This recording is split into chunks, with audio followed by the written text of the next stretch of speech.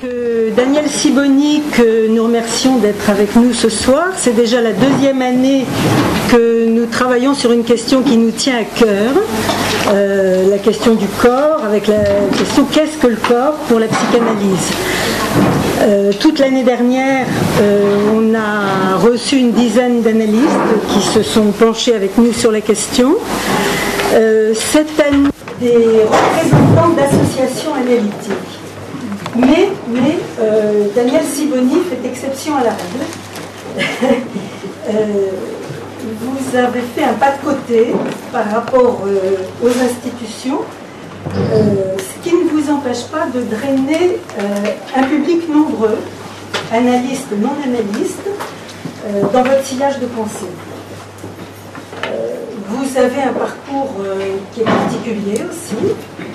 Vous avez commencé par un doctorat de mathématiques, puis un doctorat de philosophie, et après seulement vous êtes devenu analyste et écrivain. Alors écrivain, je pense qu'aujourd'hui vous avez une bonne trentaine de livres à votre actif. Vous étiez un proche de Lacan, mais vous n'étiez pas que son élève. Il y avait un échange, puisqu'il assistait à votre séminaire à Vincennes sur le thème topologie et interprétation des rêves. Ce qui vous a préservé, c'est vous qui le dites, d'être dans une certaine fascination. Et vous dites, cet échange m'a permis de n'être ni lacanien, ni anti-lacanien, mais d'intégrer le meilleur du lacanisme. La lecture de Freud, je suppose entre parenthèses au travers de Lacan, et de m'éloigner du pire, le langage des sectes. Bon, c'est dire que ça ne vous a pas valu que des amis. Vous vous êtes éloigné de ce que vous appelez le pire, et c'est ce qui vous a permis de vous adresser au plus grand nombre, par-delà l'entre-soi des cercles fermés. Vous dites encore, Lacan a beaucoup donné, et puis vous poursuivez, à ceux qui ont pu le quitter. Alors, rappelons quand même que Lacan lui-même, non sans ambiguïté certes, était le premier à demander à ce que ses élèves inventent à partir de ce qu'il nous donnait, à partir des outils pour penser qu'il nous donnait. Et vous dites encore, la jouissance de Lacan était de tenir son auditoire en haleine le plus longtemps possible, dans une promesse sans fin d'en dire plus. Mais cette promesse sans fin, n'est-ce pas précisément ce qui caractérise la dimension du désir et du désir de l'analyste qui va soutenir aussi notre transfert et notre transfert de travail. Alors, en ayant fait un pas de côté par rapport aux institutions, vous vous êtes libéré des enjeux politiques, des enjeux de pouvoir qui encombrent toute institution. Mais pour autant, je dirais que votre position d'analyste est politique. Politique au sens large, à savoir attentif à la dimension de l'actuel et du malaise dans la civilisation. Et vous faites de ce que vous appelez nos folies actuelles des maladies du lien social. Des maladies du lien dont nous avons à connaître et à traiter un des aspects les plus archaïques et les plus ravageurs qui sont les effets de corps malade. Et le corps, vous vous y êtes intéressé dès vos débuts, ou presque, puisque vous avez publié dès 1974 un livre qui s'appelle Le nom et le corps, où vous faites travailler à la fois dans leur tension les fils du psychanalytique, du mathématique et de l'Ancien Testament. C'est-à-dire les fils qui vous appartiennent en propre et qui par là même font que votre théorisation est habitée.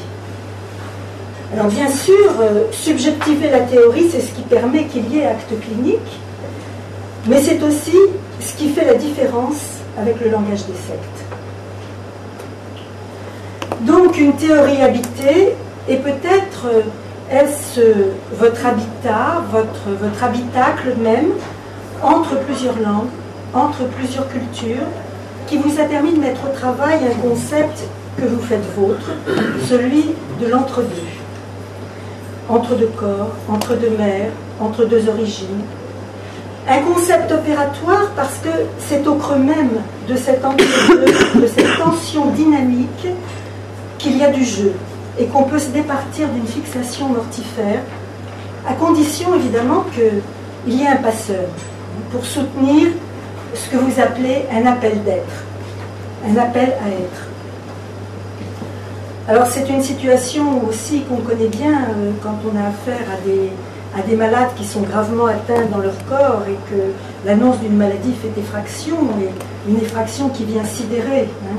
Et voilà, on est là aussi pour permettre que l'autre prenne en main les coordonnées de sa vie, hein, et que puissent se relancer les enjeux de vie justement dans un entre-deux.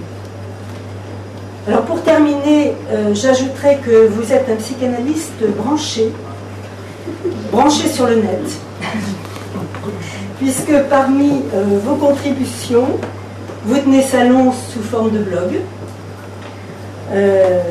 sur des thèmes aussi variés que Strauss-Kahn, Israël, Lacan, le scandale du Rio Paris, etc.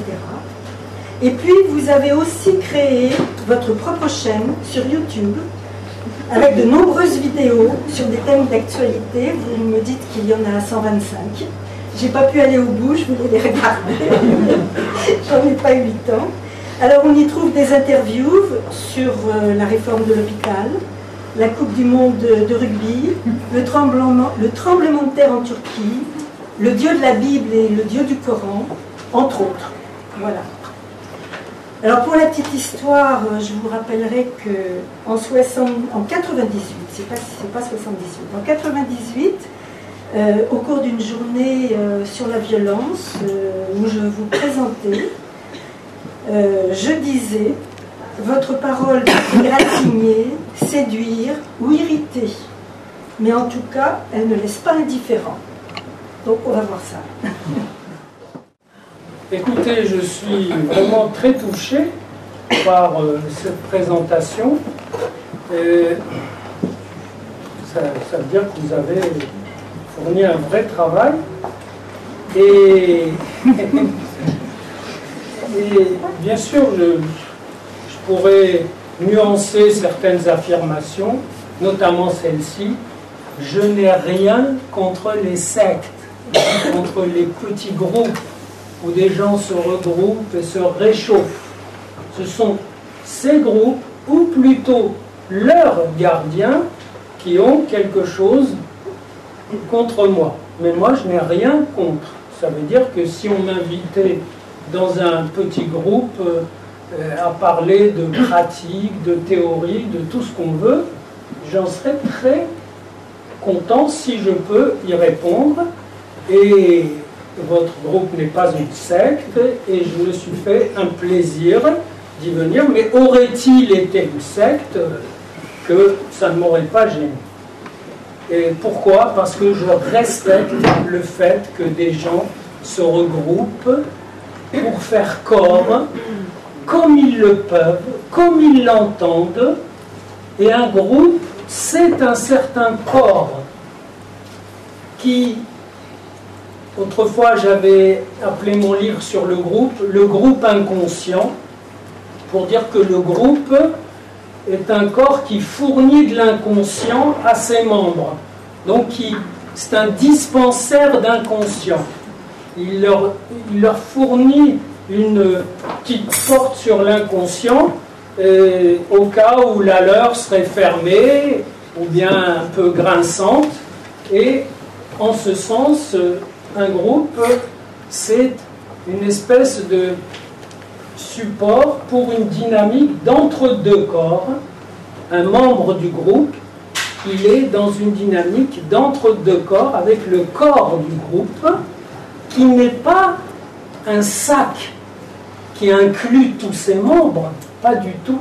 C'est un lieu d'être, un lieu de passage, où exactement comme quand on va se promener dans la foule, là au Luxembourg, on va pour se rassurer en humant de l'autre corps, parce qu'on en a besoin.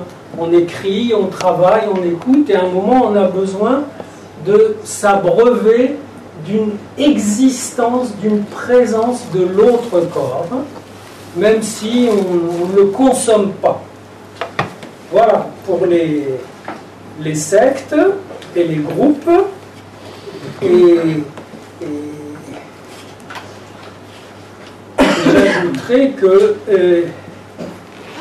je ne me sens pas dans une position particulière. Je me sens dans une position où ma question, qui est celle de vous tous, qui est quelle sorte d'événement on peut créer dans une cure ou dans une réunion pour que se transmette du symbolique, c'est-à-dire pour que se transmette quelque chose qui aide les sujets, les corps plus ou moins désertés, déshabités, à rejoindre leur chemin de vie. Cette question universelle que moi j'appelle le rapport à l'être, je la vis de façon singulière. Et j'ai même récemment bricolé un petit concept dans mon livre qui paraît en janvier, qui s'appelle « De l'identité à l'existence ». J'ai bricolé le concept de singulièrement universel. Je pense que l'analyste, le thérapeute, l'écrivain, le penseur, toutes sortes de passeurs d'être et de passeurs de l'être, L-E-2-T-R-E-S, de passeurs d'inscription, eh bien, sont des gens qui sont pris dans cette dynamique où il s'agit de singulariser l'universel pour réaccéder à l'universel. Et donc, ça n'est pas l'effet d'une décision de ma part de m'adresser à un large public. Au contraire, et il se révèle que en limitant mon espace de réflexion, en le singularisant, ça me permet et ça lui permet de s'ouvrir plus largement. C'est un paradoxe sur lequel on reviendra, parce que c'est un paradoxe intéressant. Et puisque vous avez parlé de Lacan, et si on parle de corps, il faudrait parler du corps de Lacan. Le corps de Lacan, la voix de Lacan, c'était une présence forte, une présence en forme d'attracteur. Je ne dirais pas attirante, fascinante sûrement pour certains, mais il y a en topologie une notion d'attracteur. Ça veut dire que s'il y a des lignes de force qui se promènent dans l'espace alentour, il savait attirer, capter pour que ça passe autour et que ça soit absorbé par lui, parce qu'en effet, il avait besoin d'absorber le plus de choses pour soutenir cette promesse d'en dire toujours plus, cette promesse de livrer un savoir. Et là, je ferai une nuance. La promesse de toujours plus ou d'en donner, d'en faire savoir davantage est différente du désir en général et du désir de savoir en particulier. C'est la promesse d'une jouissance. Et dire qu'un jour on aura, et lui-même il croyait, un jour il aurait le mathème, il aurait la formule, il aurait la structure qui rendrait compte de cette expérience, de sorte que son corps non seulement était habité, saturé par les transferts qui se faisaient sur lui, mais saturé par cette auto-promesse qu'il se faisait et qu'il faisait aux autres de tenir toujours plus loin jusqu'au moment où il s'est pathétiquement effondré sur le nœud en silence. Et c'était une fin assez belle finalement, même si il a dit dans les tout derniers séminaires, vous êtes trop jeune pour y avoir été, que le nœud borroméen, ça lui allait comme une bague au doigt, et que, en quelque sorte, ça prenait le relais de la bague, de l'alliance. C'était la nouvelle alliance par rapport à l'ancienne, un peu vieillotte et freudienne. Bon, c'était intéressant. C'est très important, ces effets de corps, parce que Lacan est rayonné autour de lui un champ magnétique, électromagnétique, qui faisait que les corps perdaient leur liberté, parfois en rationalisant qu'il leur fallait perdre leur liberté ou se taire pour qu'ils puissent parler. Bon, et après, chacun a pris son envol, et c'est tant mieux. Et il me revient une petite anecdote où, à propos du trentenaire de Lacan, c'est pourquoi j'ai envoyé cet article dans mon blog, qui n'est hélas pas vraiment un salon, parce qu'avant je recevais les échos, et bizarrement sur Internet on reçoit surtout des insultes, je n'ai pas compris pourquoi. Sans doute qu'on touche les gens à un point qui pourrait être vif, et donc ça ne tient pas salon, ce sont des articles qui se succèdent. Et à l'occasion du trentenaire, une journaliste avait interviewé Pontalis sur Lacan, et il s'était souvenu d'un épisode, d'une présentation de malade que faisait Lacan. Et les présentations de malades de Lacan étaient tout à fait magnifiques, parce qu'il ne savait rien du patient ou de la patiente, ou très peu. Il avait un entretien et c'était fini, il ne prenait pas en charge. Il ne faut pas croire que Lacan faisait des analyses ou des thérapies de psychotiques dans les milieux hospitaliers.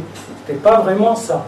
Donc, cette présentation a été rappelée par Pontalis, et il a dit un jour, il voulait illustrer la brusquerie de Lacan et le fait que Lacan faisait même des grosses bêtises. Et apparemment, il illustre plutôt le contraire, parce que il se souvient que Lacan avait comme patiente ce jour-là, comme partenaire, une dame dont le symptôme c'était qu'elle se sentait tout le temps suivie. Voilà.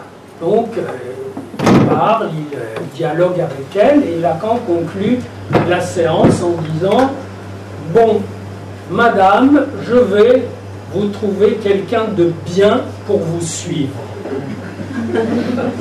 Et Pontalis dit, vous voyez, il a dit la chose même à ne pas dire. Moi, la journaliste, et puis la personne qui m'a rapporté cet épisode, pense au contraire. Il a tout à fait, c'est tout à fait le genre d'improvisation poétique pour se raccrocher à ce que, pas seulement au signifiant, mais vraiment de donner de sa présence, dire mais je vais vous trouver, et puis en plus, si la personne se sent suivie par tout le monde, autrement dit quelque part par Dieu, autant prendre la place de Dieu si ça coûte pas cher, et dire voilà, je vais vous suivre, je vais vous faire suivre, c'est moi qui vous fais suivre. Donc il y a un acte transférentiel aussi tout à fait intéressant. Et alors, la journaliste n'a pas expliqué ça, mais elle a dit non, c'était bien qu'ils le disent. Et le Pontalis dit oui, mais j'étais là et je peux vous assurer qu'il ne l'a pas fait exprès. Mais c'est encore mieux. La journaliste dit ça. La journaliste, m'a-t-on rapporté, dit mais c'est encore mieux. Et voilà, c'est ça. Je trouve que c'est un bel exemple de ce qui peut se passer justement lorsque on dépasse simplement le jeu des signifiants, et puis qu'on se laisse aller à dire, sans y avoir pensé, quelque chose qui a un effet aussi intéressant, c'est-à-dire, je ne sais pas quel effet ça a eu sur la patience, personne ne le sait, mais qui a un effet en tout cas de résistance de la part de l'analyste en question. Mais justement, il se trouve, probablement avait-il, lui, des résistances par rapport à Lacan, et ce n'est pas du tout mon cas.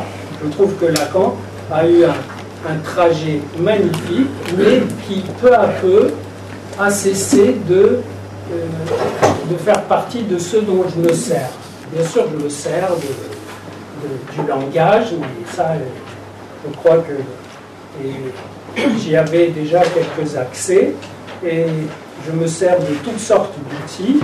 Et si certains ont pour Bible Lacan, pourquoi pas, si ça peut leur être utile.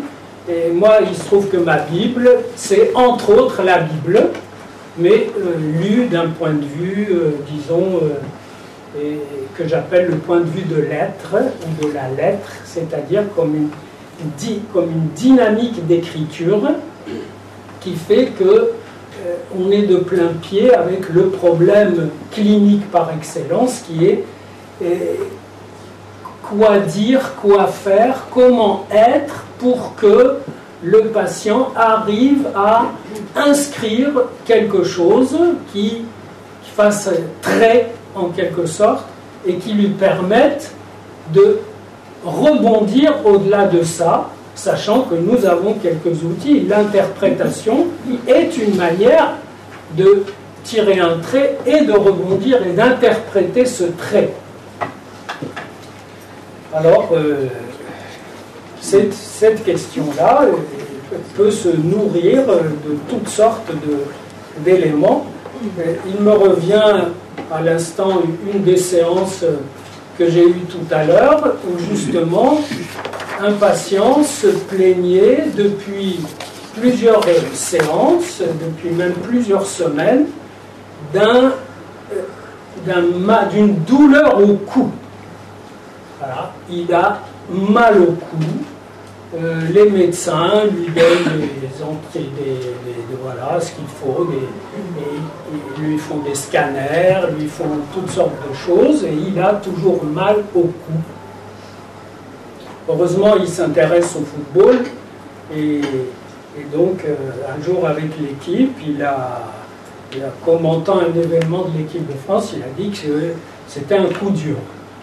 Mais, donc déjà, ça faisait un petit peu bouger les choses, mais justement, et là je vais faire un petit pas en avant, il se trouve que les émotions, les mouvements signifiants ne sont pas toujours opérants, parce que je dirais que le patient absorbe aussi les jeux de signifiants qu'il produit. Et ce qui m'a touché dans cette dernière séance, c'est que justement, il a redécrit sa situation en disant, mais voilà, là je me sens vraiment nulle part, je me sens traqué, je sens que je suis pas dans le contrat. Il dit, tiens, le contrat, quel contrat? J'en avais quelques idées, et en fait, dans l'histoire de ce patient, toute son enfance et son adolescence se sont passées sous le signe suivant: s'il a mal quelque part, si quelque chose ne va pas, aussitôt il faut faire un scanner, c'est-à-dire aller directement au plus visible, pour qu'on voit ce dont il s'agit. Après un petit travail, il est apparu que, en effet, ça me plaisait, cette idée qui n'était pas dans le contrat, et j'ai terminé à lui dire, oui, je crois que vous êtes en train de mettre en question le contrat par lequel votre mère vous a donné la vie à condition que vous ne soyez pas malade, à condition qu'il ne se passe rien de mauvais. Et ça a fait tilt, parce que c'est de cet ordre, c'est-à-dire que sa mère, alors ça s'attache aussi à l'histoire de sa mère comme enfant, comme fille d'enfant caché de la Shoah, donc terreur s'il arrive quelque chose à l'enfant. Donc l'enfant, elle le veut vivant, mais elle le veut indemne de toute atteinte. Vous allez voir que ça va nous amener au cœur d'emblée de notre sujet, corps visible et corps mémoire. Donc elle veut toujours avoir l'assurance qu'il ne se passera rien de mauvais, que rien ne peut arriver de mauvais. Et là, j'ai eu soudain le sentiment tout à l'heure que ce garçon, cet homme, était en train de se libérer de ce contrat maternel, de ce don de vie conditionnel, en essayant de conquérir le droit d'avoir mal. C'est-à-dire le droit qu'il lui arrive quelque chose de douloureux, qui ne transite pas par la relation à sa mère. C'est-à-dire que curieusement, ces jours-ci, sa mère a dû sentir un petit peu les choses, parce que elle, qui était assez rigide, assez dure et assez angoissée sur tout ce qui peut arriver à son fils, lui a offert soudain un petit livre au titre inattendu « Tout peut arriver ».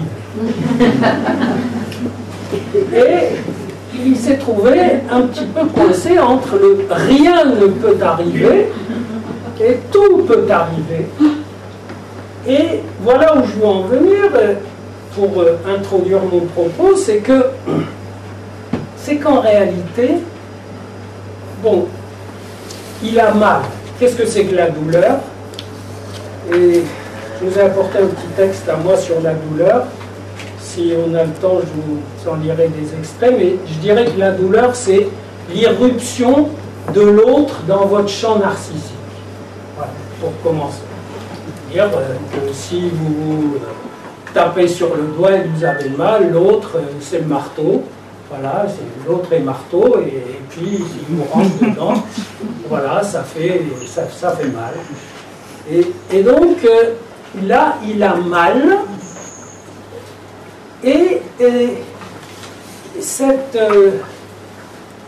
douleur, je dirais qu'elle lui arrive chaque fois aux extrémités de sa vie, au bord de sa vie.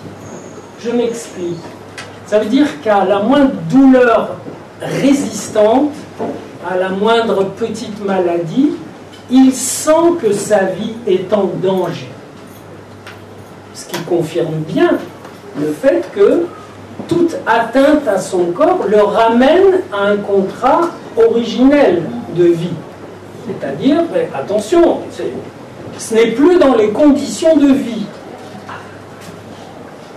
Et j'ai senti que ce qu'il faudrait arriver à obtenir, c'est que, et je me l'étais formulé dans mon langage propre, ce qu'il faudrait arriver à obtenir, c'est qu'il lui arrive des maux dans sa vie, à l'intérieur de sa vie, dans le terrain de jeu de sa vie, qu'il lui arrive des choses bonnes, mauvaises, etc., mais que ça ne soit pas aux limites.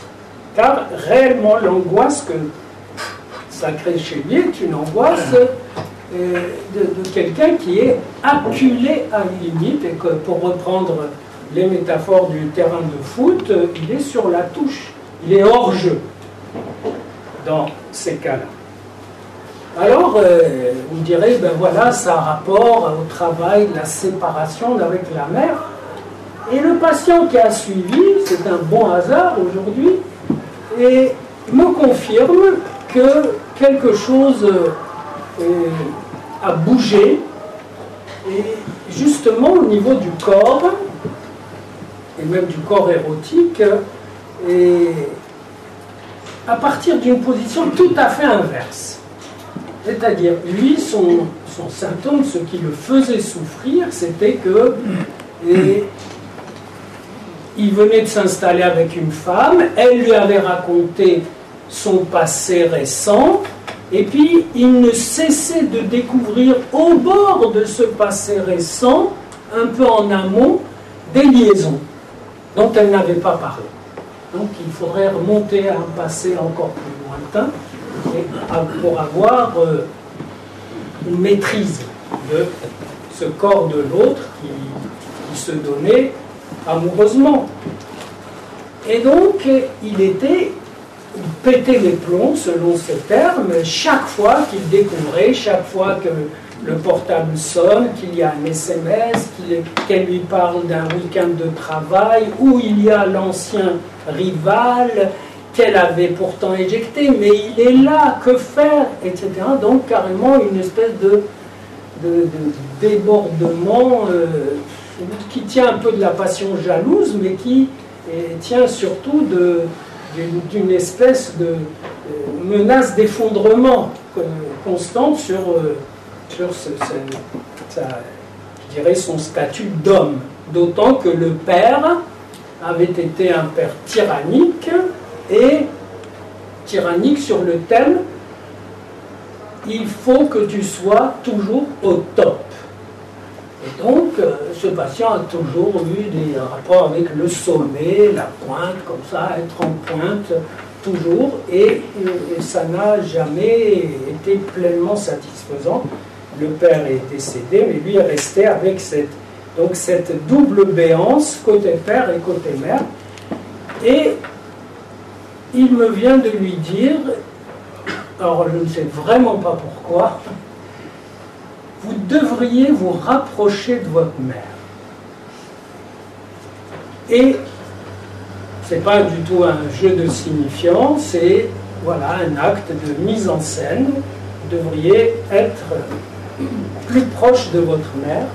Et voilà que, en 2-3 semaines, la situation change dramatiquement, comme on dit en anglais, c'est-à-dire d'une façon vraiment très impressionnante. La mère s'est mise à lui parler un petit peu de son enfance, en fait, elle lui disait pas son amour parce que le père était jaloux, mais qu'elle l'avait toujours aimé, et petit à petit s'est instauré avec cette mère un rapport d'amicalité, où ils s'appellent, ils se parlent, et plus ils se parlent, plus la tension terrible avec la compagne s'apaise. Et là, carrément, aujourd'hui, il est lui-même étonné, d'ailleurs il avait embelli, et comme quoi il entrait plus dans la relation amoureuse, il allait emménager, etc. Et il m'ajoute maintenant, curieusement, j'ai des gros problèmes professionnels, mais je me sens serein. Et il conclut, bon, maintenant, voilà, je me suis redressé avec ma femme, maintenant, je vais me redresser dans le business. Alors là, c'est donc deux emprises différentes. L'une était une emprise programmée de la mère sur ce corps, douloureux, je dirais par pulsion de vie, parce que c'est le seul moyen pour lui, je parle du fan de football, le seul moyen pour lui de conquérir une certaine liberté.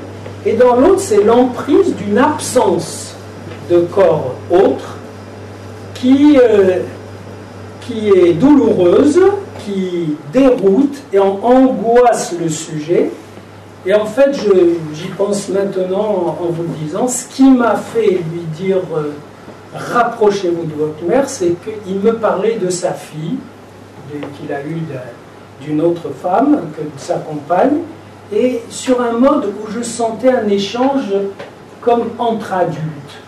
Je me suis dit que, enfin plutôt ça s'est dit, qu'il gagnerait à mettre en acte ce rapport à l'autre corps. Alors, ce titre que j'ai donné, Corps visible et corps mémoire, se réfère à une notion que j'avais introduite il y a des années. J'ai fait plusieurs séminaires sur le corps, événements corps, justement, corps visible et corps mémoire. Quelques échos s'en trouvent dans le livre L'enjeu d'exister, analyse des thérapies. Et en tout cas, ça signifie corps visible et corps mémoire. Avant d'expliquer les deux termes, ça signifie qu'il n'y a qu'un corps, avec un aspect visible et un aspect mémoire, mais qui s'enchevêtrent, qui s'entrelacent. Alors quand j'ai dit que ma petite Bible, c'est entre autres la Bible, dans la Bible, le corps, c'est le corps et l'âme. Ça se dit nefesh. Voilà, c'est le souffle, le corps, la rouach, l'âme, etc. Donc, et c'est valable aussi pour les animaux. Les animaux ont une âme. Donc, même s'ils n'ont pas le langage adéquat pour exprimer toutes sortes de choses. Donc, corps visible, qu'est-ce que j'entends par là? Eh bien, j'entends quelque chose qui englobe largement le corps auquel a avoir la médecine, puisqu'aujourd'hui, la médecine, par toutes sortes d'instruments, d'analyses, de prélèvements et de courbes de toutes sortes, améliore de plus en plus, fait avancer de plus en plus la vision, la visibilité de notre présence corporelle, avec sans doute le fantasme que si on voit quelque chose, on peut maîtriser, ce qui n'est pas sûr du tout comme le fantasme de certains analystes, c'est s'ils attrapent les bons signifiants, ça va, ou si on attrape le bon souvenir, ça va tout changer. En réalité, ça rend plus vivant le terrain d'action, mais reste à agir. Donc, le corps visible, c'est en effet virtuellement infini.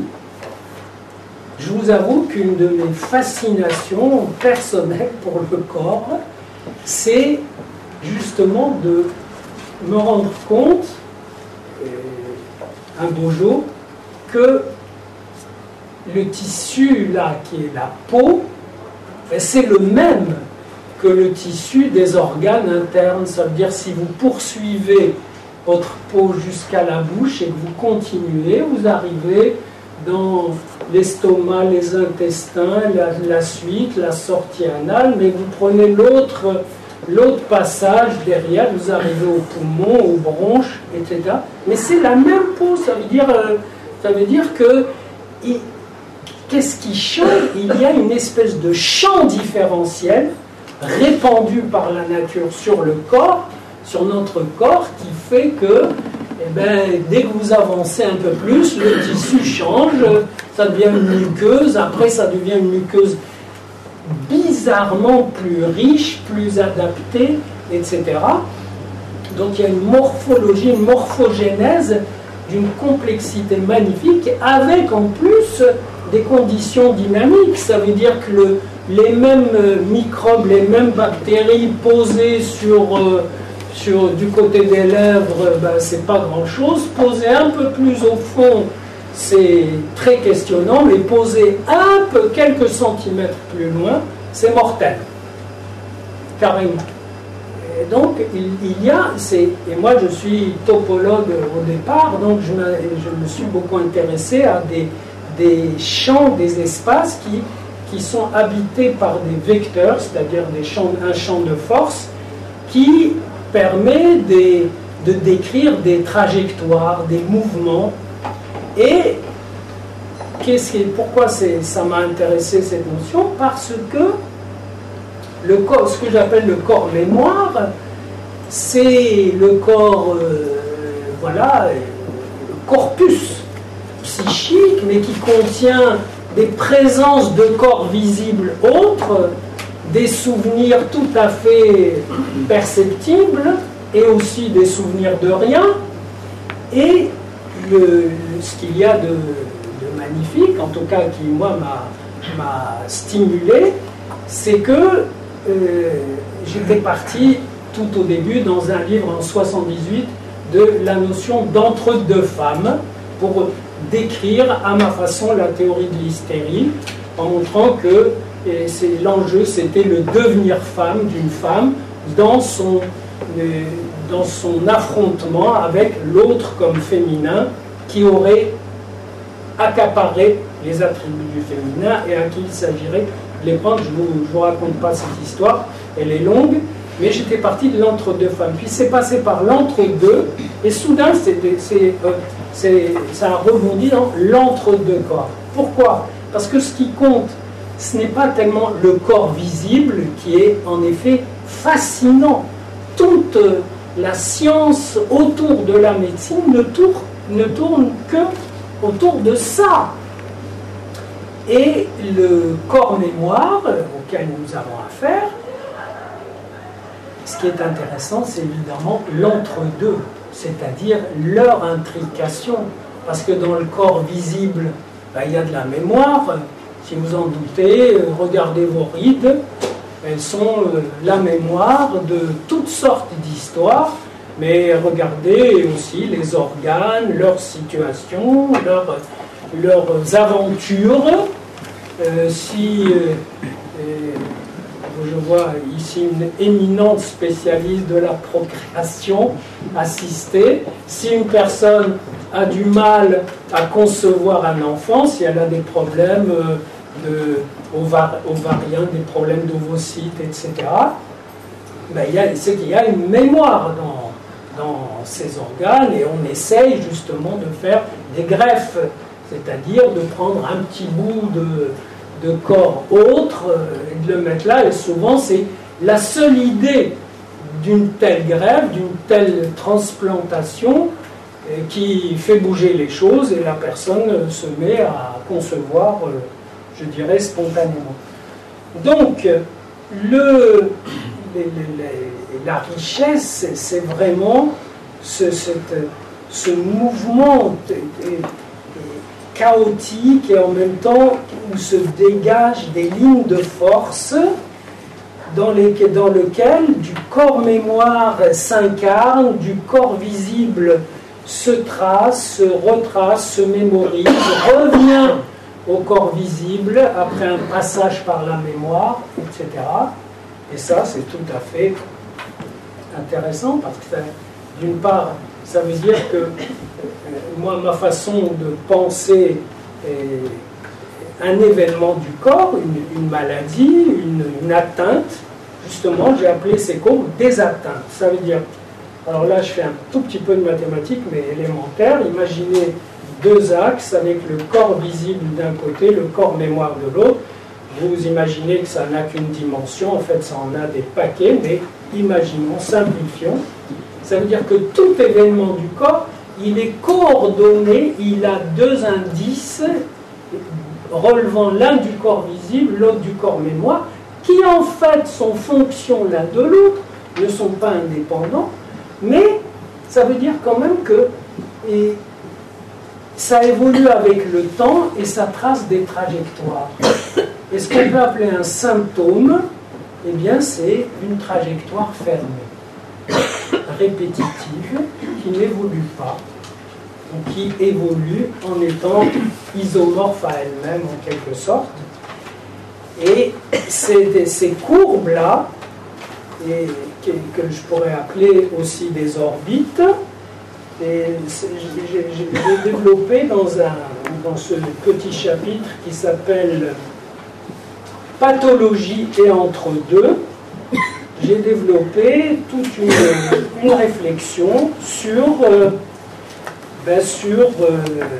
ce que j'appelle le saut entre deux orbites. Ça veut dire que ce que nous essayons, voilà, que lorsqu'on est atteint par une souffrance, elle a toujours une double dimension, physique et psychique, les deux étant intriqués. L'orbite de l'atteinte dans l'espace de l'entre-deux corps est complexe. Chaque point de l'orbite est coordonné, c'est ce que je viens de vous dire. Cela veut dire par exemple que lorsqu'un sujet souffre, les soins du corps que certains proposent pour guérir, entre guillemets sans analyse ni pharmacie, ne sont pas forcément idiots. Prendre un médicament, apprendre à respirer. J'ai connu une jeune fille l'autre jour qui avait du mal à respirer, mais on peut dire, voilà, ça frôle l'hystérie, la pamoison, tout ce qu'on veut. N'empêche qu'une visite chez le pneumologue qui lui a réappris à respirer l'a énormément soulagé, a déplacé la question ailleurs. Ça veut dire que, en fait, contrairement à ce qu'un discours un petit peu facile, y compris psychanalytique, je me souviens de Clavreul qui parlait de l'ordre médical, et contrairement à ce qu'on pense, cette intrication du corps visible et corps mémoire existe aussi dans la pratique. Ça veut dire que c'est souvent en butant sur une technique qui relève du corps visible, que le corps mémoire se trouve vibrant, mobilisé, secoué, et qu'il peut réintervenir autrement dans cette topographie à plusieurs coordonnées. Donc, l'idée, c'est que si vous imaginez ces trajectoires, qui sont des variations des composantes corps visible et corps mémoire, eh bien, ce qu'on pourrait appeler la fonction sujet, ça serait des trajectoires transversales. Ça veut dire des choses, des actes capables de faire bouger ces orbites, de faire un saut à cette trajectoire, de faire une traversée. Imaginez un cercle, eh bien, les effets sujets, ça serait des trucs qui feraient des percées. Voilà. Ça me rappelle que l'autre jour, j'ai vu ici, dans cette même rue, une belle œuvre d'art de Buren qui s'appelait Haut Relief, qui consistait simplement en un cercle qui se trouve dans un carré. Et cet homme, cet artiste, a fort bien compris la notion d'espace dynamique parce qu'il a fait en sorte que les côtés du carré étaient troués, ça veut dire il leur manquait un petit truc au milieu. Ça veut dire que l'énergie de la présence du carré, du cercle, dans le carré, faisait sauter les limites. Ben, j'ai trouvé que c'était une jolie métaphore, non seulement du rapport sexuel, du rapport masculin-féminin, sauf qu'ici le masculin, ça serait le rond, et le féminin, ça serait le carré, mais aussi une jolie figuration du rapport mère-enfant, du rapport de deux corps qui s'incluent ou sont proches l'un de l'autre, dégageant des lignes de force, des énergies qui font exploser le repère qui est là, posé.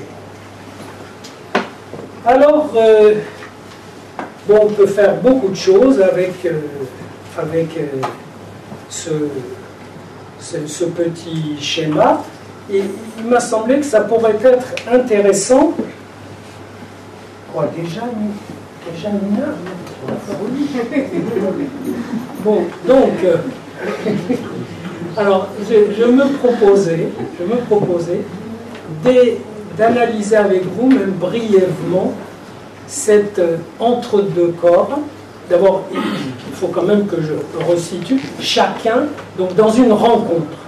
Dans une rencontre,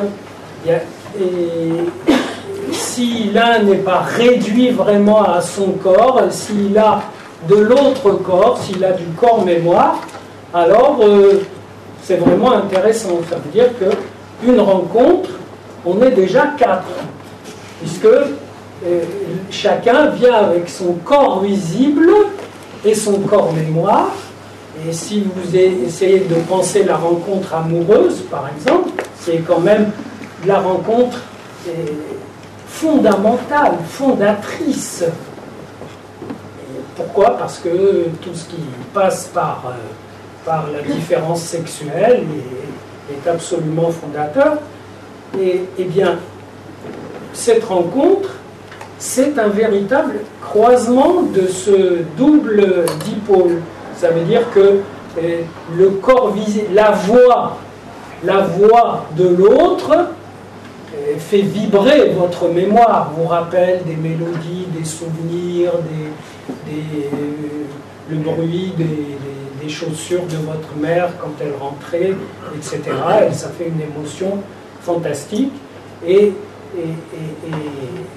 sa parole fait vibrer votre corps visible, et réciproquement. Donc on a constamment des boucles, pas forcément fermées, mais on a des boucles, des croisements dans lesquels le corps du sujet, le corps apparent, le corps visible, mais qui encore une fois est chargé déjà de mémoire, il s'explique avec tous les corps qu'il porte au titre de corps mémoire. Je revoyais tout à l'heure une petite note que j'avais écrite sur la fatigue. Qu'est-ce que c'est que la fatigue? La fatigue, et bon, on peut en avoir une approche comme ça, un petit peu énergétique primaire. Donc voilà, on est fatigué d'avoir travaillé, on est fatigué d'avoir fourni un effort. Il se révèle que ce n'est pas tout à fait ça. Et qu'en général, si on est fatigué après avoir fait un travail, c'est que pas grand-chose dans ce travail qu'on a fait n'a réalisé notre désir de faire. Donc, c'est très fatigant parce qu'on porte un désir, un projet, etc. Et on le porte avec une ligne de pente très dure. C'est comme si on portait un sac jusqu'en haut de la montagne sans être Sisyphe. Et surtout, même si on recommence. Et donc, la fatigue, c'est déjà, on l'approche déjà d'un peu plus si on pense que être fatigué, c'est être fatigué de ne pas faire, de ne pas porter ce qu'on veut porter. Et moi, je suggérerais que dans la fatigue, il y a un effet de fardeau, où ce qu'on porte, c'est un corps, un autre corps qu'on n'a pas à porter. Voilà. Littéralement, comme si on était dans un champ de bataille et qu'on a des blessés et qu'on les porte sur le dos et qu'on ne peut pas faire autrement et qu'il s'ensuit une espèce d'aliénation de cette présence corporelle. À l'inverse, je vais me placer du côté des médecins et même des biologistes. Lorsque un médecin ou un biologiste ou un chercheur nous dit et là, on vient de trouver les gènes responsables, disons, de quoi? De la schizophrénie. Allez, ça c'est un cas classique. C'est très bien. Ça veut dire que pour eux, l'atteinte schizophrénique, elle est du côté du corps visible. C'est-à-dire, on exhibe les gènes, et ils sont là. Voilà la cause de la schizophrénie, le dysfonctionnement de ces gènes. Du point de vue du corps que je vous propose, c'est même pas faux. C'est-à-dire que ça peut être vrai qu'il y ait des gènes qui expriment au niveau du corps visible la schizophrénie, mais que l'autre composante, corps-mémoire, exprime, a des choses à dire, a des choses à exprimer sur la schizophrénie. Et que l'atteinte schizophrénique, c'est toute une boucle avec une composante de corps visible qui a son mot à dire et une composante de corps mental, de corps mémoire qui a son mot à dire. Pourquoi c'est important? Parce que très souvent, et là c'est le scientifique praticien que j'ai été qui parle, mais qui est resté toujours très connecté à la technique. J'ai écrit un livre sur la technique qui s'appelle Entre dire et faire, où je montre que la technique, bien sûr, résout, y compris la technique médicale, résout des problèmes et en pose plusieurs autres. Et pourquoi? Parce que la technique repose sur des transferts. Et on ne fait pas la technique comme ça dans l'abstrait. Si on invente quelque chose, c'est généralement le transfert d'une autre relation qui existait dans la nature ou dans la pensée au niveau de tel dispositif. Mais elle repose aussi sur des transferts, c'est-à-dire des propositions de faire autrement. Voilà. Et donc, lorsque la technique ou lorsque la science dit quelque chose du corps, ce n'est pas forcément borné, faux, etc. C'est ce qui est borné, c'est de s'en tenir là. Vous comprenez? Mais ce qui est dit est tout à fait intéressant et permet même de réelles avancées. Comme par hasard, je vous en donne un exemple, il y a eu il y a quelques années un prix Nobel de médecine attribué à des gens qui avaient repéré des gènes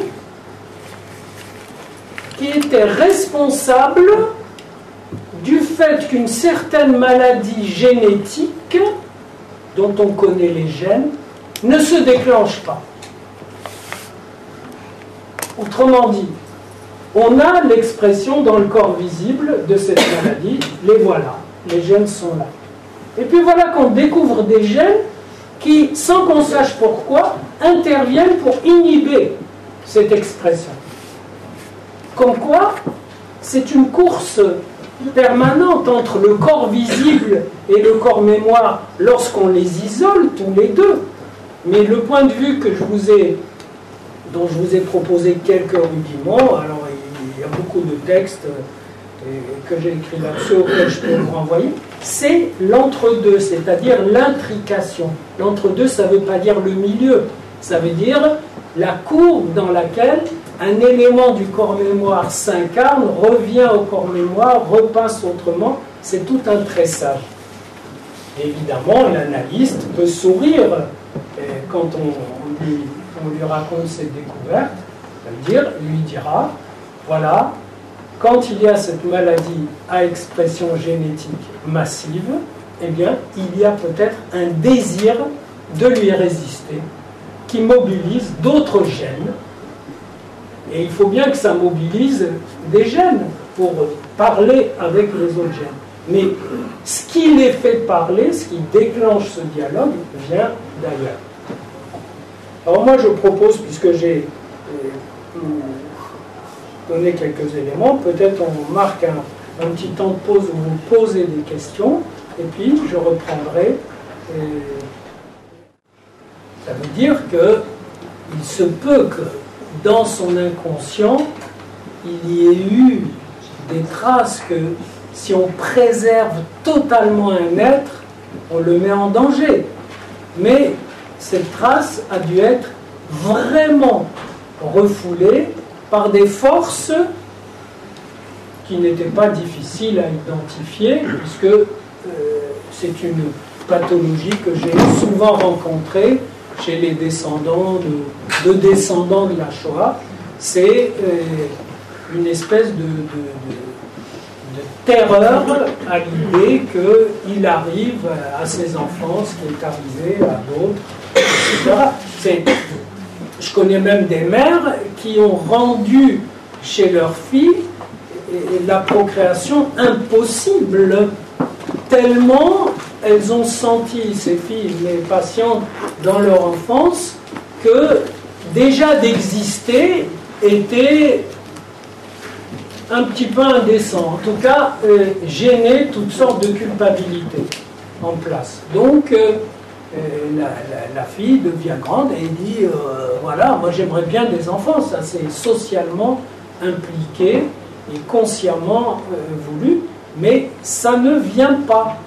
Et il a fallu tout un travail pour avancer, et les enfants sont là, mais on voit se répéter la même angoisse sur ces enfants. Donc il y a une transmission qui se faufile à travers tout ce qu'on a pu faire pour lever certains obstacles.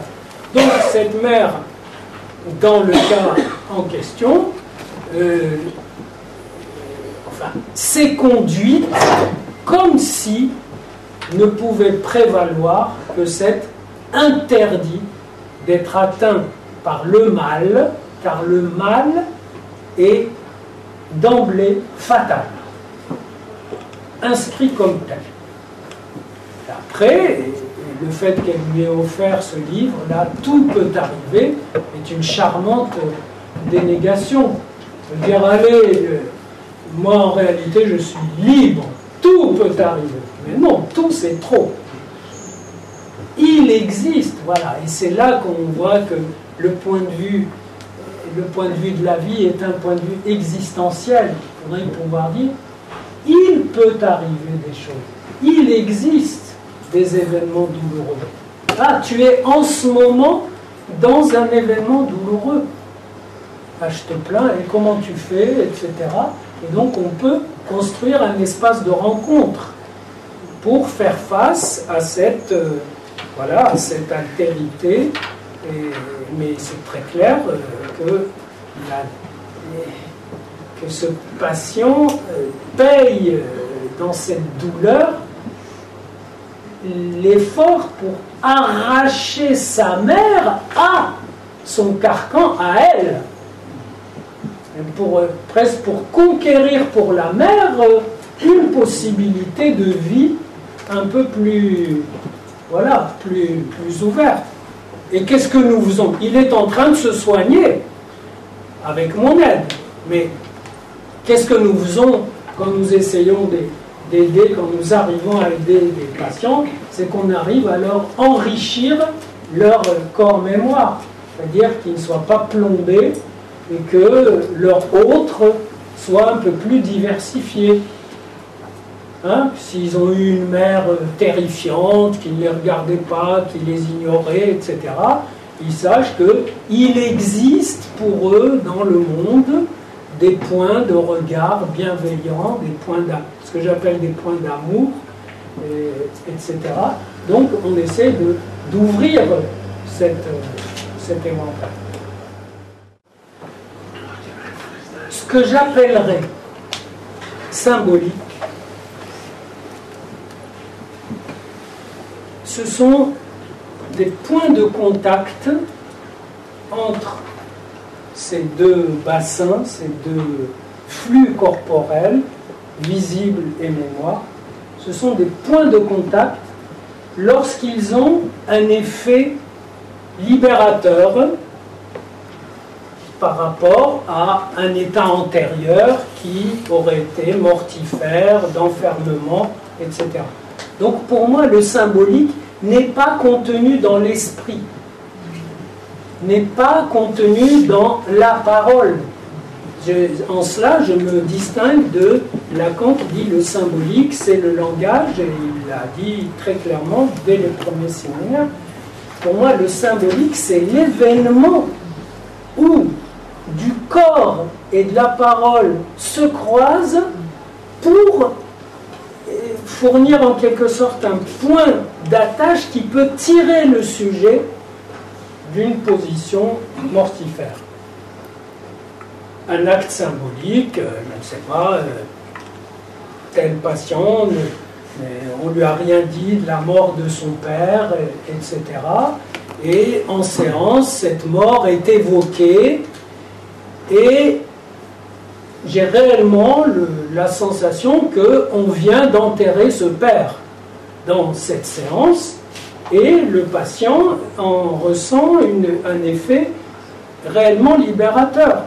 Et c'était pas avec simplement des mots, c'était avec, en l'occurrence, ça m'a amené à chanter avec lui un chant qui lui était rappelé, et il y a eu des mouvements de corps, il est tombé, etc. Le père étant en réalité mort d'un incendie parce qu'il fumait, qu'il buvait en même temps, donc la chambre avait pris feu. Bref, et j'appelle acte symbolique un événement justement du corps visible, corps mémoire, qui peut être d'ailleurs son corps visible et mon corps mémoire, ou l'inverse. Ou d'ailleurs, voilà, un acte symbolique dans la rencontre amoureuse, je t'aime, ça veut dire je aime l'être avec toi, on est trois. Donc c'est un acte symbolique qui est posé et qui vaut ce qu'il vaut, mais c'est un acte qui en général fait du bien à ceux qui le disent. Alors, en tout cas, c'est ce qu'on dit. Donc, ce que j'appelle acte symbolique, c'est un événement dans cette connexion, ce tressage, corps visible, corps mémoire. Et je dis que si on arrive à toucher ces points de contact, c'est-à-dire, je reprends la personne qui n'arrive pas à avoir un enfant, si on arrive, ou un homme qui n'arrive pas à être père, et parce que son père était quelqu'un de tout à fait insupportable, inenvisageable, etc., et qui le dit, bien si on arrive à inscrire, pour moi l'acte symbolique c'est aussi quelque chose qui appelle l'inscription par l'interprétation de cet événement, et cette inscription elle-même prête à interprétation. Donc si on arrive à inscrire cette chose-là, alors en effet cet homme peut envisager d'avoir un enfant. Et ça veut dire que même il peut avoir un peu plus de spermatozoïdes qu'il n'en avait, et sans forcément recourir à un don. Donc voilà, voilà pourquoi je ne clive pas ces choses-là et je ne mets pas le symbolique du côté de la mémoire. Voilà. Même pourquoi Freud le met du côté de la mémoire, bien que Freud ait très peu parlé de symbolique, parce que Freud a découvert le refoulement et que lorsqu'il a vu se lever le voile d'événements refoulés et surprenants, ça avait un effet symbolique. S'il dit à ses premiers patients, cette envie de tuer votre père, c'est connu depuis des siècles et ça s'appelle l'Édipe, à l'époque ça avait un effet. Ça avait un effet de révélation. Aujourd'hui, aucun analyste n'oserait dire ça. Il faut qu'il attende. Il faut qu'il attende plusieurs mois, sinon plusieurs années, que le patient lui-même le dise. C'est-à-dire qu'il construise lui-même ce qu'il faut pour l'inscrire. Et voilà pourquoi ma notion du symbolique est un peu différente de la notion de Freud, mais elle l'inclut, elle la respecte, que la notion de Lacan, elle l'inclut, elle la respecte. Ça passe par le langage, mais c'est une percussion, un point de contact des deux corps. Donc le travail de l'analyse du thérapeute, du médecin en tant qu'il soigne, c'est d'être sensible à ces points de contact. Or, les médecins tels qu'ils sont formés fuient ces points de contact. Ça veut dire que si un corps est douloureux pour le médecin, ou un corps est problématique, il essaye d'abord toutes les machineries qu'il a, tous les systèmes de langage, ou les médicaments qu'il a, il les branche sur le corps, et quand tous ces langages, toutes ces bribes symboliques, tous ces appareillages, concrets ou abstraits, ont joui, je dirais, ont déchargé leur jouissance sur le dos de ce corps, sans effet, alors il est prêt à le passer à un psy. Ça s'appelle, d'ailleurs, voilà, c'est une douleur idiopathique, ça veut dire, voilà, qui est à elle-même sa propre cause, parce qu'on ne trouve pas de cause. Mais ça, c'est un cas caricatural. Et ils existeront toujours, massivement, mais en principe, voilà, ce qu'indique la réalité des choses, c'est cette sensibilité au point de contact. Mon corps visible, c'est le mien. Vous comprenez? Ça veut dire que si on l'explore, on est déjà dans mon histoire.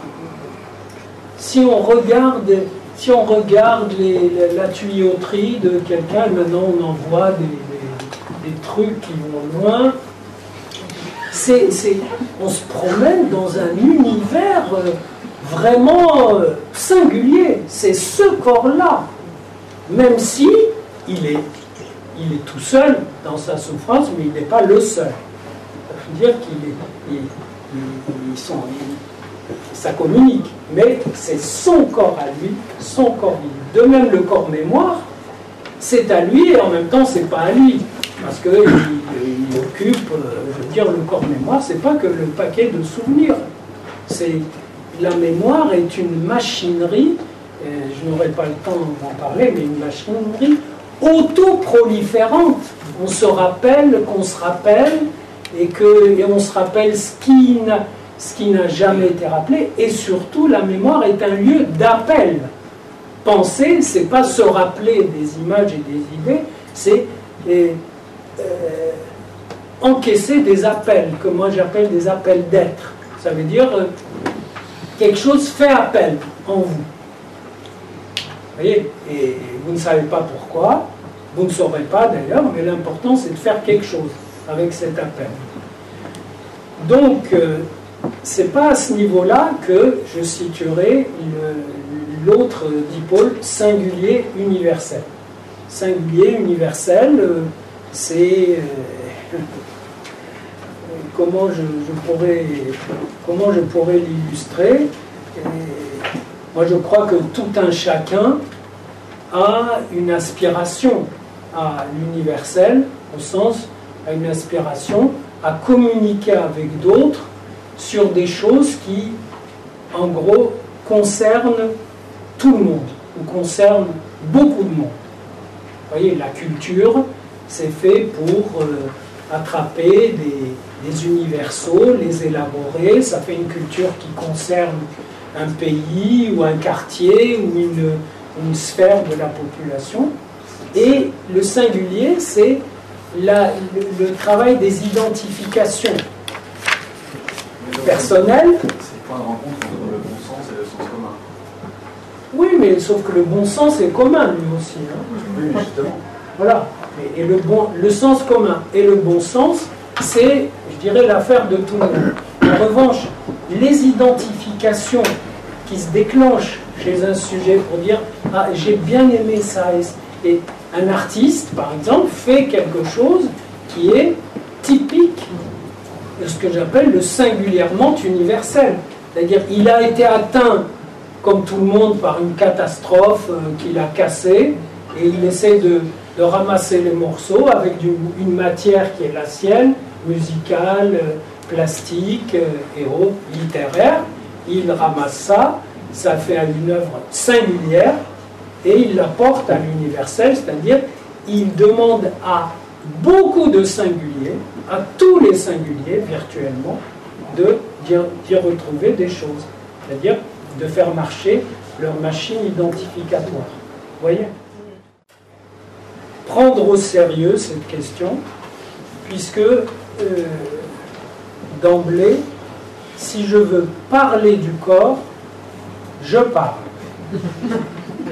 Mais oui, je veux dire que si je voulais parler du corps sans passer, et je dis bien passer par le langage, eh bien, on commencerait par se taire et peut-être commencer à faire des gestes, commencer à construire des petites choses, ou à se toucher, ou à danser, ou peut-être à crier, à chanter.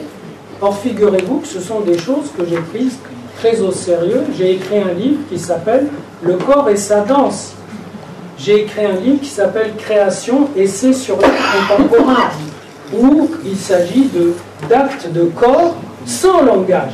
Je suppose que c'est pour ça, sans le savoir, je vous pose. Et donc, je vous dis, et quand je parle de la rencontre de deux êtres, sous le signe de corps visible et corps mémoire, généralement, si la rencontre, je dirais, a sa nécessité dans l'être, généralement, il n'y a pas beaucoup de langage. Et s'il y en a, c'est pour arriver à une certaine évidence de l'amour que j'ai rapidement affiché avec je t'aime, mais c'est même pas nécessaire. Ce mot est souvent superfétatoire, que à la rigueur, il n'y aurait qu'à nommer. Et là, c'est le noyau de langage minimal qu'un corps peut porter, c'est son nom. Un nom qu'on peut même décider de rendre métaphorique. Ça veut dire de l'appeler ma biche, mon lapin, tout ce qu'on veut. Mais, oui, mais je débarque d'un colloque sur le Cantique des Cantiques, et là, c'est un texte totalement érotique qui ne parle que du corps, mais qui parle avec le minimum de mots. Ça tient en 5 pages. Déjà, ça commence à se répéter. Il faudrait les contracter en 3 pages. Et c'est un jeu constant de métaphores. Mon bien-aimé est un pommier parmi les arbres de la forêt, ma bien-aimée est une rose parmi les épines, etc. Donc de quoi poser des différences minimales. Et après, mais viens que mon bien-aimé entre dans son jardin, et que vienne, etc. Et c'est tout. Ça veut dire que je suis pleinement conscient que s'il nous arrive, si nous sommes amenés à parler, à passer par le langage, c'est aussi pour ménager des points de contact avec l'être qui, je dirais, n'exige plus qu'un marquage minimal. Or, Fernand Deligny, tel que je l'ai connu, en tout cas, je n'ai pas lu ensuite tout ce qu'il a fait, il était dans la mouvance de Fernand Houry aussi, le frère de Jean Houry, toute la mouvance Laborde, etc., c'est-à-dire la psychose. Bien, il leur faisait faire des choses, il leur faisait construire des cabanes, et même écrire des poèmes, faire des dessins, etc., c'est-à-dire des bribes de quelque chose qui permettent quoi? Et là, peut-être qu'on peut se rejoindre, parce que le langage, qu'est-ce que c'est? C'est le moyen qu'on a pour fréquenter ce que j'appelle l'être, c'est-à-dire ce qui fait être, ce qui donne lieu d'exister. Si j'ai appelé ce livre « L'enjeu d'exister », c'est justement par différence avec toute une mouvance thérapeutique où on pense que ce qu'il faut, c'est traverser le fantasme, dissoudre un symptôme, etc. Alors que ce qui m'importe, c'est que la personne, je dirais même pas le sujet, la personne puisse exister. Ce qui n'est pas le cas de beaucoup. Beaucoup de gens ont tout ce qu'il faut, tous les signifiants, toutes les interprétations, et puis bizarrement, ils n'existent pas. On se demande pourquoi. Donc ce qui m'intéresse, c'est cette approche de l'être, ce rapport à l'être, et le langage en tant qu'il peut mettre en acte la présence. La présence, c'est le gérondif de l'être. C'est-à-dire l'acte d'être. Et en effet, ça, on entre dans l'indicible, dans ce qui n'a pas à être dit. Et qu'est-ce que c'est qu'un roman? Qu'est-ce que c'est qu'une œuvre réussie?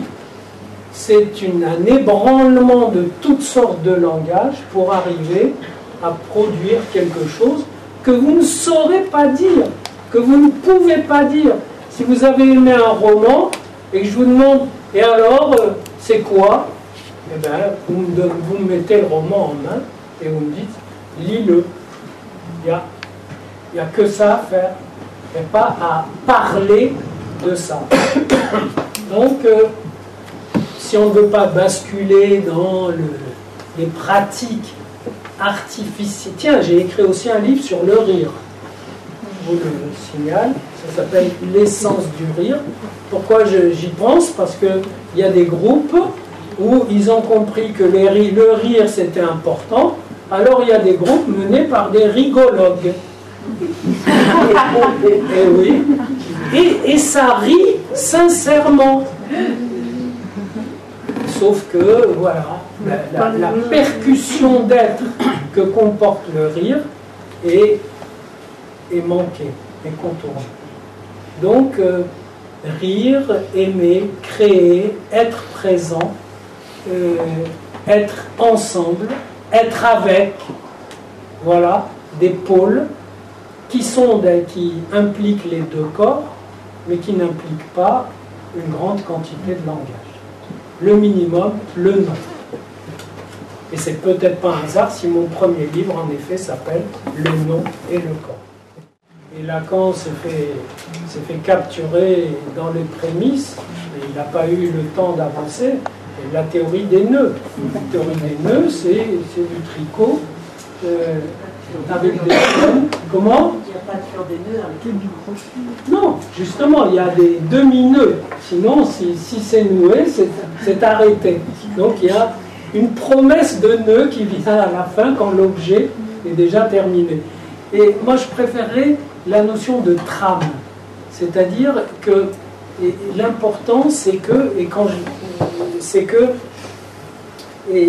ce qui s'inscrit, ce qui s'efface, ce qui est repris, etc., c'est que ça tisse quelque chose à quoi on peut s'accrocher. Et là, oui, il y a du crochet, mais à quoi on peut s'accrocher pour avancer plus loin, finalement, dans l'écriture de sa vie. Pour moi, j'attache une grande importance à la notion d'inscription et d'écriture, mais pas au sens où des tas de gens veulent écrire un livre, etc., mais au sens où, avec ce qui nous arrive, une douleur, une impasse, une trouvaille, une joie éclatante, et il y a la nécessité de l'inscrire, d'autres diraient de le symboliser, et il se trouve que quand ça s'inscrit, ça appelle à se réinscrire autrement, et c'est toute une dynamique, c'est tout un déroulé. Et donc, c'est cette notion de texture, et elle compte beaucoup pour moi. Si j'avais eu le temps, je crois que j'avais pris un chapitre de... Ben non, je ne l'ai pas fait. Ah, attendez. Ah oui. j'avais pris un chapitre des épreuves que je corrige et qui s'appelle Démarche existentielle. Je ne vais pas vous le dire, rassurez-vous. Mais en le feuilletant, je trouvais cette question et c'est la question: est-ce qu'il existe de l'amour pour le sujet? C'est-à-dire, est-ce que ça peut être, est-ce qu'il est aimable, est-ce qu'il peut rencontrer quelqu'un, est-ce qu'il peut aimer, etc. Moi, j'abstrais la question et dis, est-ce qu'il existe des points d'amour dans l'être ou dans l'autre? Et le hasard fait que j'ai écrit cette question sous la forme suivante: l'autre textile. C'est-à-dire, est-ce que l'autre fait de la texture? Textile. Évidemment, ça a à faire avec du textile, c'est-à-dire du tressage. Alors vous diriez du tricot. C'est-à-dire, est-ce qu'il y a de la texture, du tissu? Voilà. Et c'est important, parce que si dans l'autre, ça ne texte rien, alors ça ne s'inscrit pas, ça n'accroche pas. Voilà. Et dans le cas de ce patient que j'évoquais, c'est tout un travail pour trouver le passage entre rien ne peut arriver, tout peut arriver. Il faut qu'il ait un point où s'accrocher. Et ce point, c'est un point symbolique authentiquement. C'est-à-dire où il peut repasser par l'origine, un peu comme l'autre qui est repassé, s'est rapproché de sa mère, et lui, sans que je lui ai dit, s'est rapproché de sa mère, mais elle lui a fourni ce bouquin. Tout peut arriver. Voilà. C'est pas vraiment ce qu'il cherchait, mais il y a un travail de ce côté-là. Et comme je vous ai dit que dans mes fonds signifiants à moi, il y a Lacan, il y a Freud, il y a les maths, il y a la Bible. Dans la Bible, l'événement, ça se dit du même mot, de la même racine que rencontre. Je cherche des rencontres. Comment vous dites? Micré. Et la racine, c'est car, qui veut dire en travers. Vous voyez, quand le texte dit que l'ange s'est mis en travers du chemin de l'ânesse de Balaam, dit Vaïkar. Et donc, il y a l'idée de travers, être en travers, et ça, il faut que les fils soient en travers pour que, voilà, on ne tricote pas avec des fils parallèles. Il faut qu'à un moment, voilà, il faut du croisement, et ça contient le déchiffrage, parce que le déchiffrage, ça n'est autre que le croisement entre deux langues, ou entre deux niveaux de la langue. Mais c'est aussi le hasard, pas le micré. Oui, bien sûr, c'est aussi le hasard. Ça veut dire, je cherche à séduire le hasard. Voilà. Et c'est très important de séduire le hasard. C'est le travail du poète. Voilà. L'exemple qui me vient, mais Dolto l'avait déjà dit, c'est que il y a des patients on sent qu'ils apportent des choses de l'ordre de la pulsion de mort. Et souvent, il m'est arrivé de dire non, là je m'endors, il faut absolument que je me ménage un petit quart d'heure juste après ce patient, si je veux quand même être présentable pour les autres. Et puis, quand le patient s'en va, je m'allonge et je n'ai aucune envie de dormir. Donc, ça veut bien dire que le corps, il encaisse des choses et aussi il sent des choses et il me suggère des choses. Et il faut une grande confiance, parce que dans le corps et dans ce qui arrive, parce que par confiance, j'entends, non pas qu'il va toujours tomber juste, mais qu'il ne va pas m'égarer trop loin. C'est-à-dire, si quelque chose m'est suggéré, alors, même si ce n'est pas tout à fait ça, je peux partir avec. Et le plus difficile pour beaucoup de thérapeutes, c'est de prendre le départ, de partir avec quelque chose, tellement la peur de mal faire, ce qui est humain. peut les retenir, ou la peur de l'autre corps, du corps mémoire qu'ils ont avec eux, qui peut être un corps théorisant ou terrorisant, trop prégnant. Là aussi, je feuilletais quelques notes, parce que j'avais fait un long séminaire sur l'entre-deux-corps, et je disais que je paierais cher pour discuter quelques minutes avec un suicidé. Seulement, voilà, il fait acte, pour moi, tel que je perçois la chose, certains, je dirais, se donnent la mort pour se donner la vie autrement, mais dommage, ils ne sont pas là après pour bénéficier de cet acte, et donc voilà, il y a de l'irréversible, mais quand ils reviennent, je parle des tentatives réussies. Et donc, sinon, les tentatives qu'on recueille, voilà, chacun les connaît.